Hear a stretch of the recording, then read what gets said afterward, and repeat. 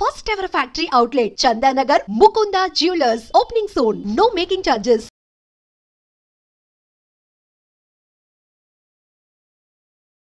అనకాపల్లి జిల్లా నర్సీపట్నం అయ్యన్న కాలనీలో విషాదకరమైన ఘటన చోటు చేసుకుంది. అమ్మవారి పండుగ ఉత్సవాల సందర్భంగా రాత్రి ఆ ఊర్లో వేసినటువంటి స్టేజ్ ప్రోగ్రాం దగ్గర ఇద్దరు యువకులు రుత్తుల ప్రసాద్, చిత్రాడ మహేష్, ఇద్దరు యువకుల మధ్య ముందు మాటలతో మొదలైనటువంటి ఘర్షణ ఆ తర్వాత ఒకరి ప్రాణం పోగొట్టే వరకు కూడా వెళ్ళింది. మరొకరు హంతకుడుగా మారినటువంటి సందర్భం కూడా చోటు చేసుకుంది. చాలా బాధాకరమైన విషయం. ఒక యువకుడు చిన్నపాటి మాటలతో మొదలైనటువంటి చిన్న బూతులు ఆడుకుంటూ మొదలైనటువంటి ఘర్షణ కాస్త పగగా కక్షగా మారి మరొకరు కత్తితో పొడిచి ఒక యువకుడిని పొట్టను పెట్టుకున్నాడు. ఇక్కడ ఊరు పండగ అవుతున్న టైంలో ఈ ప్రసాద్ మహేష్ మధ్య ఒక వివాదం అయితే మొదలైంది. ముందు మాట పెరిగింది. అయితే దానికన్నా ముందు ఇద్దరు యువకులు కూడా ఓపెన్ గా డ్రింక్ చేసినట్లు తెలుస్తుంది. మధ్య మత్తులోనే ఇద్దరు యువకులు ప్రసాద్ మహేష్ కూడా ఉన్నారు.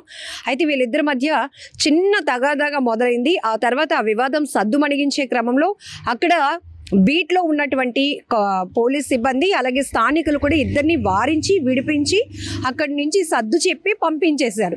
అయితే రాత్రి 1:30 ప్రాంతంలో ప్రసాద్ ఇంటికి వెళ్ళినటువంటి మహేష్ తనతో పాటు కత్తిని కూడా తీసుకువెళ్ళాడు. అక్కడ కూడా నువ్వెంతరా నేనెంత అన్నట్టు మళ్ళీ గొడవ మొదలైంది. ఆ గొడవ క్రమంలోనే కత్తి తీసుకెళ్ళినటువంటి మహేష్ ప్రసాద్ని పొడిచి చంపేశాడు. అయితే ఆ పక్కనే ఈ ప్రసాద్తో పాటు మరొక స్నేహితుడు సాయి కూడా ఉన్నాడు. తను కూడా విడిపించే క్రమంలో తనకు కూడా గాయాలైనటువంటి పరిస్థితి. ఆ వెంటనే ప్రసాద్ బంధువులు, ఫ్యామిలీ మెంబర్స్ అతన్ని స్థానికంగా ఉన్నటువంటి నర్సీపట్నం హాస్పిటల్కి 1:30 తర్వాత తీసుకెళ్తే అప్పటికే అతను చనిపోయినట్టు కూడా వైద్యులు ధృవీకరించారు. ఈ ఘటన చాలా బాధాకరమైన విషయం. ఏదైతే ప్రసాద్ని పొడిచిన తర్వాత మహేష్ అక్కడి నుంచి పరారీ అయిపోయాడు. ప్రస్తుతం అయితే పోలీసులు కేసును వేగవంతంగా దర్యాప్తు చేస్తున్నారు. పరారీలో ఉన్న నిందితుడి కోసం గాలింపు చర్యలు చేపట్టారు. ఎక్కడికి వెళ్ళినా, ఎక్కడికి పారిపోవడానికి ప్రయత్నించినా ఖచ్చితంగా పట్టుకొని అతన్ని శిక్షిస్తామని కూడా పోలీసులు చెప్తున్నారు. ఇక్కడ ఎంత బాధాకరమైన విషయం. మీరు ఫోటోల్లో చూస్తున్నారు. ఆ యువకులు ఇద్దరు కూడా మంచి ఏజ్లో ఉన్నారు. వాళ్ళకి చాలా బ్రైట్ ఫ్యూచర్ ఉంది. అలాంటిది చిన్న చిన్న తగాదాలు, మద్యం మత్తులో వాళ్ళు ఏం చేస్తున్నారో అసలు అన్కాన్షియస్ లోనికి వెళ్ళిపోతున్న పరిస్థితుల్లో చిన్న చిన్న మాటలతో జరుగుతున్నటువంటి గొడవలు కాస్త చంపుకునే వరకు వెళ్ళిపోతున్నాయి. మరొకరు హంతకులుగా మారి జైలు అవుతున్న సందర్భాలు కూడా మనం చూస్తున్నాం. ఈ విషయం అయితే ప్రస్తుతానికి నర్సీపట్నం పోలీసులు కేసుని దర్యాప్తు చేస్తున్నారు. పరారీలో ఉన్నటువంటి నిందితుడి కోసం తీవ్రంగా గాలింపు చర్యలు చేపట్టారు. ప్రస్తుతానికి ఈ ఘటనతో ఆ గ్రామంలో విషాదకరమైన వాతావరణం నెలకొందని చెప్పొచ్చు. ఎందుకంటే అందరూ అమ్మవారి పండుగ ఉత్సవాల్లో ఉన్నారు. వారం రోజుల పాటు అమ్మవారి పండుగలు జరుగుతున్నాయి. ఆ క్రమంలోనే రాత్రి స్టేజ్ ప్రోగ్రాం దగ్గర ఊరంతా కూడా బాగా ఎంజాయ్ చేయాలి, అమ్మవారి పండుగ ఉత్సవాల్లో భాగంగా ఏర్పాటు చేసిన ఈ కల్చరల్ ప్రోగ్రామ్స్ ని కూడా ఎంజాయ్ చేయాలనుకున్న క్రమంలో ఈ మధ్యలో ఎవరైతే కొంతమంది యువకులు కావచ్చు, పెద్దవాళ్ళు కావచ్చు, చిన్న చిన్న విషయాలకి ఇగోలకు పోయి గొడవలు ఆడుకోవడం, ఆ తర్వాత కర్రలతో కొట్టుకోవడం, దాడులు చేసుకోవటం, రాళ్లతో తలపై కొట్టుకోవటం. ఇప్పుడు ఏకంగా ఇక్కడ మహేష్ అనే యువకుడు కత్తితో ప్రసాద్ని పొడిచి చంపేశాడు. ఒక ప్రాణం పోయింది. ఆ కుటుంబం తీవ్రమైన విషాదంలో ఉంది. కన్నీరు మున్నీరుగా తమ కొడుకును పోగొట్టుకున్నటువంటి తల్లిదండ్రులు విలపిస్తున్న సంఘటన.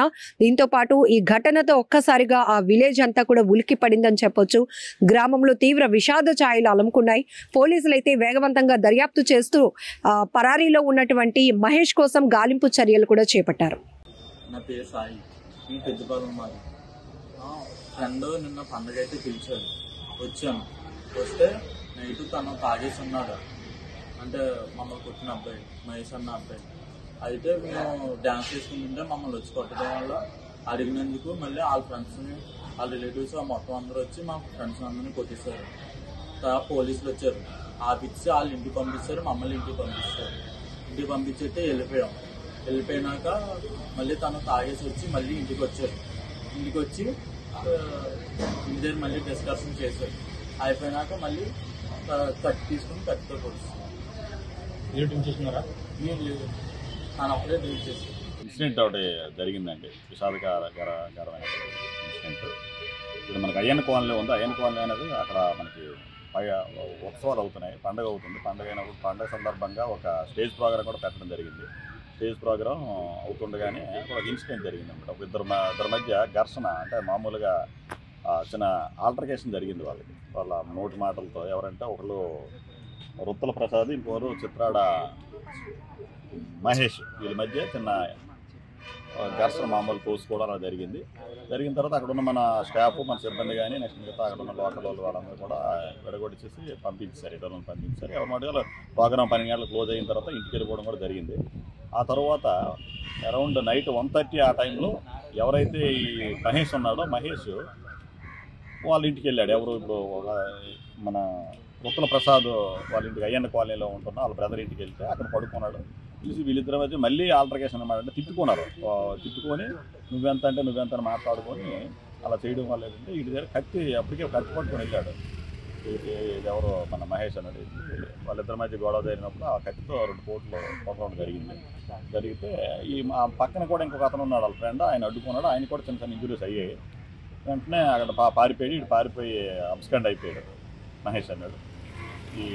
ఈయనొచ్చు వాళ్ళ వదిన వాళ్ళు ఉంటారు కదా, వాళ్ళు ఇమీడియట్గా హాస్పిటల్ షిఫ్ట్ చేయడం జరిగింది. హాస్పిటల్ తీసుకొచ్చేసరికి చనిపోయినట్టు డాక్టర్లు డిక్లేర్ చేశారు. అది సుమారు 2-2:30 ఆ టైంలో అయింది. మాకు ఇమీడియట్గా మాకు కూడా ఇన్ఫర్మేషన్ వచ్చిన వెంటనే మేము కూడా సీన్లోకి వెళ్ళడం జరిగింది. ఉన్నతాధికారులు కూడా తెలియపరిచాం. ఆ బాడీని కూడా ఏరియా హాస్పిటల్లో షిఫ్ట్ చేయడం జరిగింది. తర్వాత ఫర్దర్గా వాళ్ళ దగ్గర ఇప్పుడు కంప్లైంట్ ఇస్తున్నారు. కంప్లైంట్ తీసుకొని ఫర్దర్ ప్రొసీడింగ్స్ అన్నీ చేస్తాము. ఎక్యూజ్డ్ కోసం కూడా మేము పట్టుకోవడానికి ముమ్మరంగా ప్రయత్నిస్తున్నామండి. ఇవన్నిటికీ మెయిన్ కారణం ఏంటంటే ఈ ఓపెన్ డ్రింకింగ్ అండి. ఓపెన్ ప్లేస్లో డ్రింక్ చేయడం వల్ల, దీనివల్ల ఇన్సిడెంట్లు జరుగుతాయని నేను అనుకుంటున్నాను. ఇద్దరు కూడా మనకు తెలిసినంత వరకు ఏంటంటే ఇన్ఫర్మేషన్ అంటే ఇద్దరు కూడా ఈ బ్రాందీ తాగడం వల్ల ఇన్సిడెంట్ జరిగిందని అనుకుంటున్నాను. ఇద్దరు కూడా తాగేసే ఉన్నారు.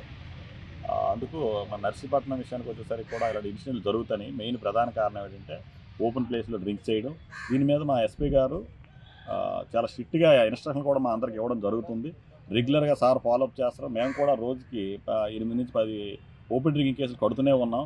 అయినప్పటికీ కూడా ఇలాంటి ఇన్సిడెంట్లు జరుగుతూనే ఉన్నాయి. కాబట్టి మన మీడియా మిత్రుల ద్వారా తెలియజేయండి ఏమనగా, ఈ ఓపెన్ డ్రింకింగ్ కానీ లేకపోతే ఎక్కడికక్కడ పబ్లిక్ ప్లేస్లో డ్రింక్ చేయడం కానీ ఇలాంటివి ఒక పోలీసులనే కాదు, మీరు కూడా చూసినప్పుడు వాటిని ఐడెంటిఫై చేసి మాకు చెప్పడం కానీ, లేకపోతే వాళ్ళకి ఏదో ఒకటి ఇలాంటి చేయడం తప్పని చెప్పడం కానీ చేస్తే కొంత డిఫరెన్స్ అనేది మనకి కనబడుతుంది. కాబట్టి మన నర్సీపట్నం ప్రజలు కానీ, యూత్ కానీ ఇది ఎక్కువ తాగడానికి అలవాటు పడడం వల్ల ఇది ఇన్సిడెంట్లు జరుగుతున్నాయి. అలాంటివి లేకుండా ముందు మేము కూడా ప్రయత్నం చేస్తాం. ఖచ్చితంగా దీని మీద మంచి టీములు ఫామ్ చేసి ఎక్కడ దొరికినా సరే తీసుకొస్తాం. దీనిపైన మాత్రం స్ట్రాంగ్గానే ఉంటాం. ఎందుకంటే మా ఎస్పీ గారు కూడా ఈ ఓపెనింగ్ ఈరోజు కూడా మళ్ళీ చెప్పడం జరిగింది. కాబట్టి ఈ ఓపెనింగ్ ఎక్కడైనా సరే చేస్తే ఖచ్చితంగా కఠినమైన చర్యలు అయితే ఉంటాయి. Thank you. నా పేరు సాయి, ఈ పెద్దపాలెం మాది. ఫ్రెండ్ నిన్న పండగ అయితే పిలిచాడు, వచ్చాను. వస్తే నైట్ తను తాగేసి ఉన్నాడు. అంటే మమ్మల్ని కొట్టిన అబ్బాయి, మహేష్ అన్న అబ్బాయి. అయితే మేము డ్యాన్స్ చేసుకుంటుంటే మమ్మల్ని వచ్చి కొట్టడం వల్ల అడిగినందుకు మళ్ళీ వాళ్ళ ఫ్రెండ్స్ని, వాళ్ళ రిలేటివ్స్ మొత్తం అందరూ వచ్చి మా ఫ్రెండ్స్ అందరినీ కొట్టేశారు. తర్వాత పోలీసులు వచ్చారు, ఆపిచ్చి వాళ్ళ ఇంటికి పంపిస్తారు, మమ్మల్ని ఇంటికి పంపిస్తారు. ఇంటికి పంపించేస్తే వెళ్ళిపోయినాక మళ్ళీ తను తాగేసి వచ్చి మళ్ళీ ఇంటికి వచ్చారు. ఇంటికి వచ్చి ఇంటి దగ్గర మళ్ళీ డిస్కషన్ చేశారు. అయిపోయినాక మళ్ళీ కత్తి తీసుకుని కత్తితో కొడుతున్నారు. మీరు డ్రింక్ చేస్తున్నారా? నేను తను అప్పుడే డ్రింక్ చేశారు.